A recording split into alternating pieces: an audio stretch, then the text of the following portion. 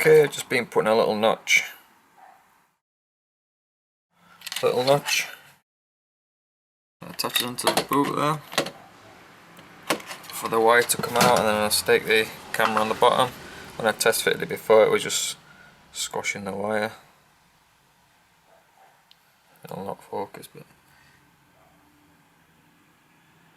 yeah, squashing the wire. So it's a little notch for the wire to come out.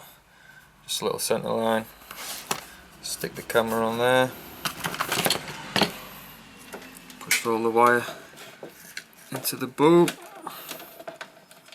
to the inside of the boot, to come out inside there. The wire will come out to the camera to stick on there.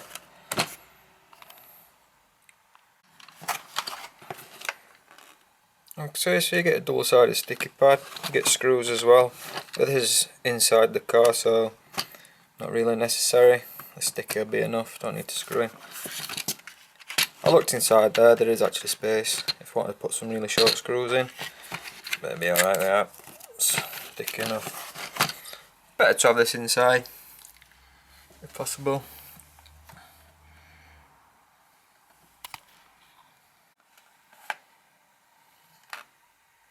So now it's stuck on, upside down obviously. I'd feed the wire through that notch, put the light back in, hook it back on to the boot. To set the angle, if you need to, you just have to bend this little bit of metal. So I'll do that when I've finished. It's probably about right as is, but maybe it might need to be pointed down a little bit more.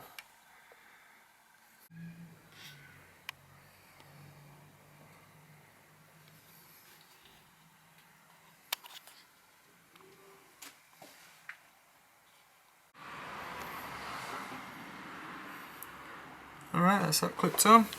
So it just comes out the bottom, minimal wires. Then all the rest is inside the boot. Just come out there. So next step, get these wires cleaned up. I'm hook these around there, plug that back in, feed the wires around down there, they'll come under the light, completely hidden. Put some plugs on the other end of this, some spades, to plug into my light unit that I wired earlier. And that's it, Bob's your uncle. Move these wires out of the way, as you can see. The wire camera's hidden inside there. You can barely see it.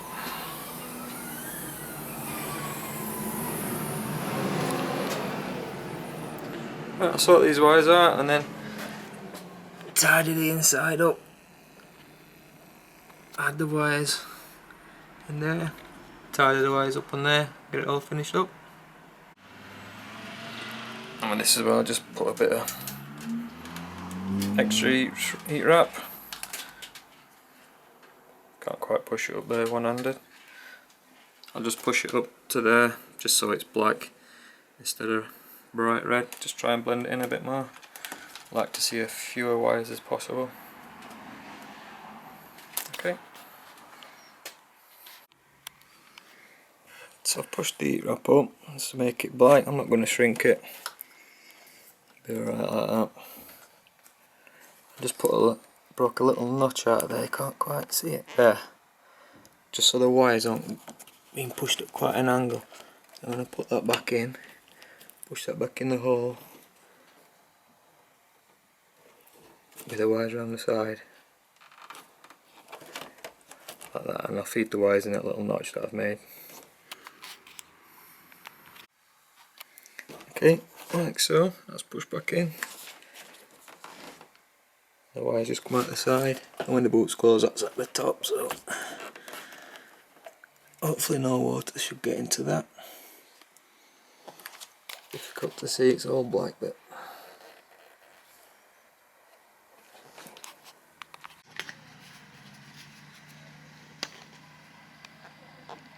there we go.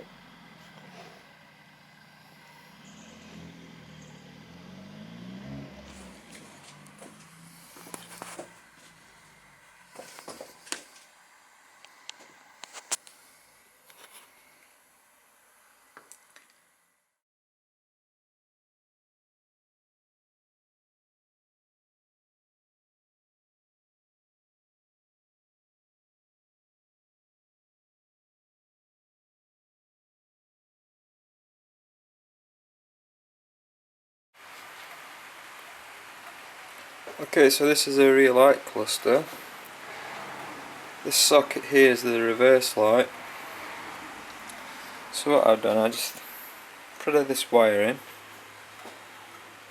And this terminal, this is the positive, and this big terminal, which is one solid piece to all the other lights, is a negative. So I'll put some wire in. I soldered the positive to the positive terminal,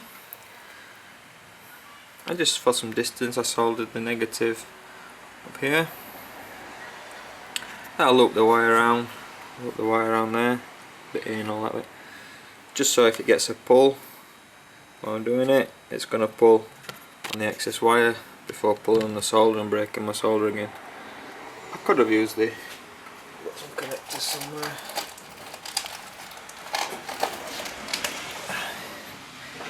I could have used these, but this is a lot better job.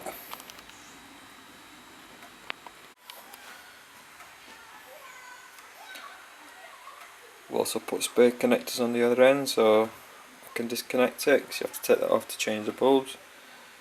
It would reach to the parcel shelf on the back, but this way you can disconnect it quite easy. They're not actually shielded all the way up, so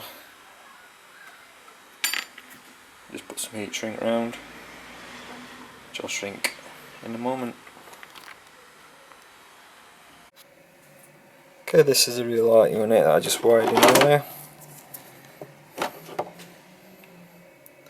I will connect. I'll put these spades on the other end of this when I've finished putting where the wires want to go, and just show you how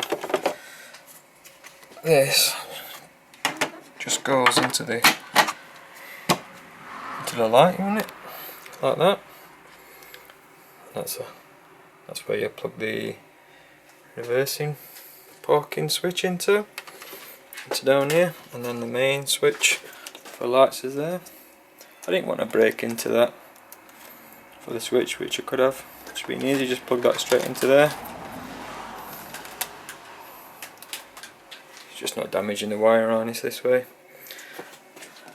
And I'm going to wire one wire down this side, one wire down that side, maybe, and then they will go down the bottom and up, just so no water can keep in. There's a rubber sponge that goes between there and there,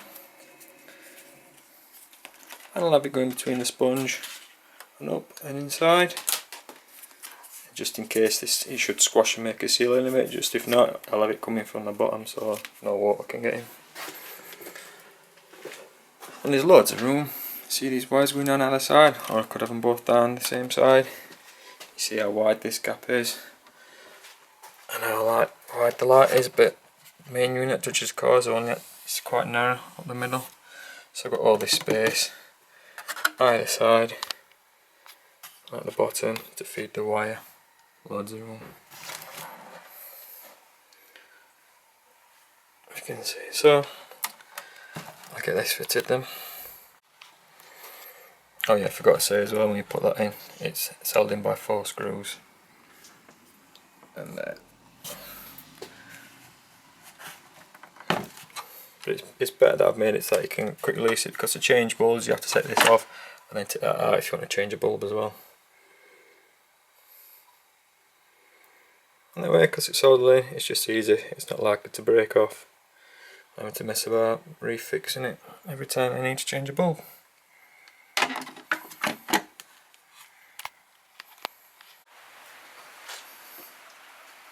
Okay, so my wires are sorted now.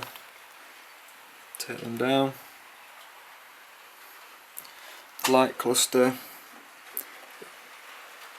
it almost touches about there, so that'll just run down our side, but it sits on there, there and there. It doesn't actually sit on there, it does touch around there on the inside.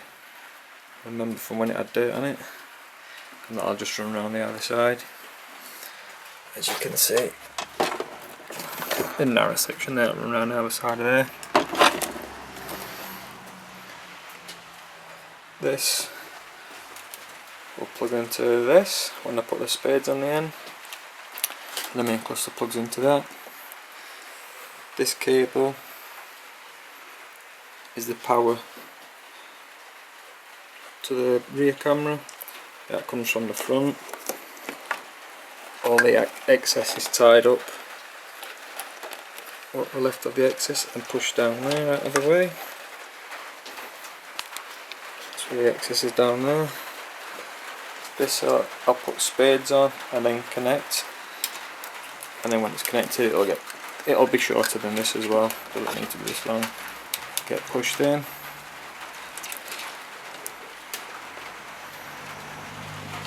Don't want to lose that down there. And then if I can do this with one hand, not dropping the light cluster. Light cluster just pops in. Got the wire there, but it's not actually touching anything. As you can see, it's just sitting straight on the mounts. It's not resting on any wire anywhere. It's not even touching this. It's coming out the bottom, but that won't be coming out the bottom anyway.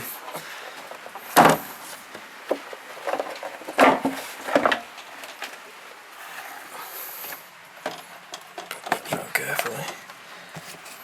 I just left the sponge off to test if it was sitting on any wires, and then when I do put it on,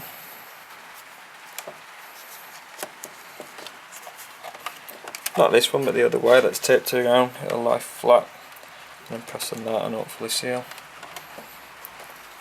So I'll add these spades to the wire, then that should be this done. Also, while I got the light, I'm just checking that I got enough room when closing the boot.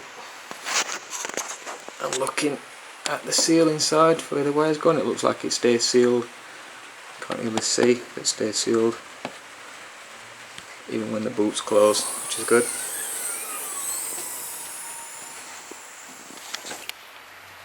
Right, so put the spades on and put the light back on.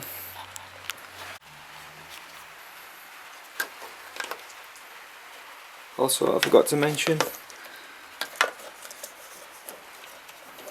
rather than the wires coming in through the hole at the top, I am going round then back up just so that at the bottom for the water, and it won't collect here because there's actually a gap between the wire and the body to make sure, so it won't collect any water. So all the water will run down anyway. I cut some of this off because I want to use some of this wire for something else I want to make. And yeah, that's where my connection is for the wire before. It's just a little bit too short.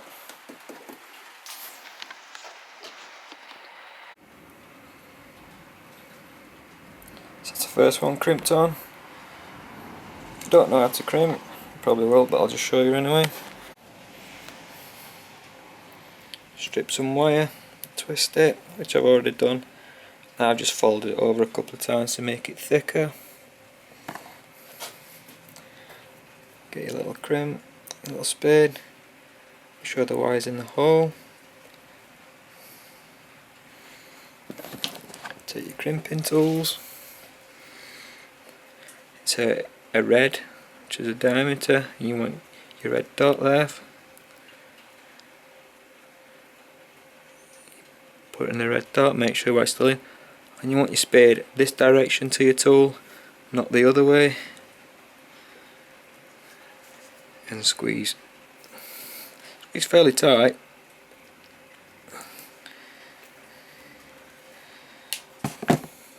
And you should have a good strong bond.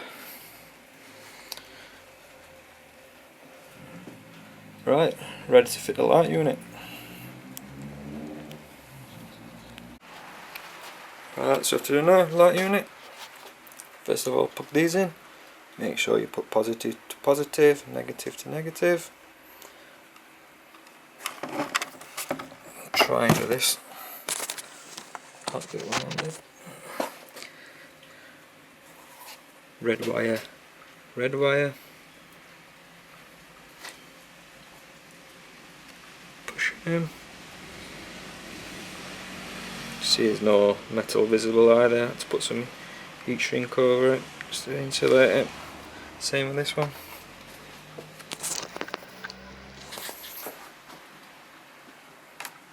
Then, not sure this reaches while it's on the. Let's remove some things. So now I've got to plug the plug back in. Not sure if I'll be able to do it while filming.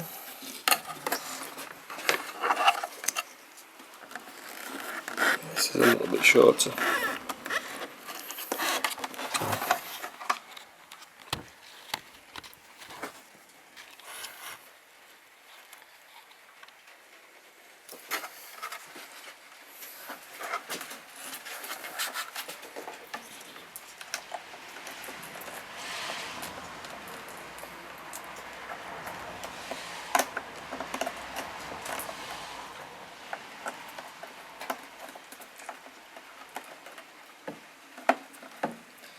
That just plugs in.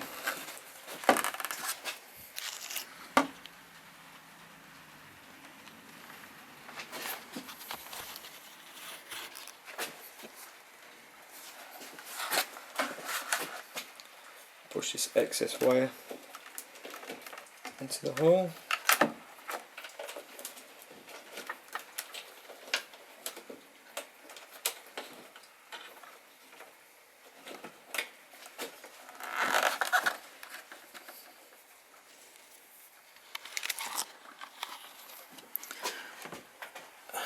And as you can see,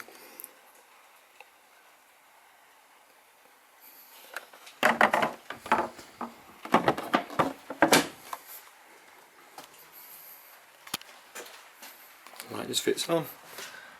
Screw there, it's all fitted.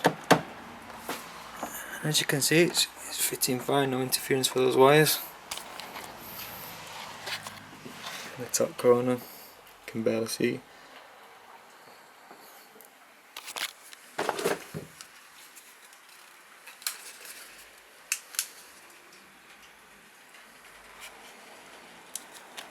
Little notch there, these wires aren't touching.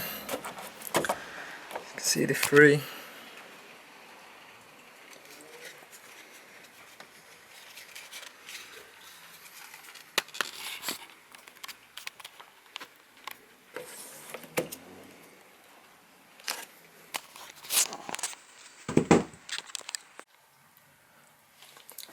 Right, rear light cluster fitted, all working. See the reverse light still works. Camera's fitted, tidy this up later. Camera's in the car somewhere. There, you can barely see it. If we go in the car, see, I'm in reverse, put it in reverse. And it just gives you a little stop sign. Just take it out of reverse. And there we go, goes to the normal live cameras. Recording. Back in reverse. It automatically gives you the park meters. As you can see, I need to set the cam, it's a bit at an angle. So flying my windscreen. Yeah, that's the rear done. So now just got to clean the wires up there and put the trim back on. Tie these wires up here. Take the plastic off the cam and the mirror. Set it up. It's all finished. What I'm going to do next, when I've done that, obviously at the moment I can't use my cigarette light because it's plugged in. I've got a double adapter somewhere. It's turned itself off because the car's not running. It sounds not as annoying now it's in the car. But yeah, second job now, I'm going to fit another socket inside the car underneath. I've got this socket here. I'm going to fit that underneath here, powered off this socket, so it's like having two sockets but they're going to be underneath. I'll plug it in underneath, you won't even see it plugged in or anything, and then this socket will still be usable as well. So I'll get on with that now. But I got a little trick, I'm going to use this spade cut so I won't have to cut into any wiring again. I'm going to make a tiny little simple harness, easy peasy, anyone can make. Right, let's go on with it.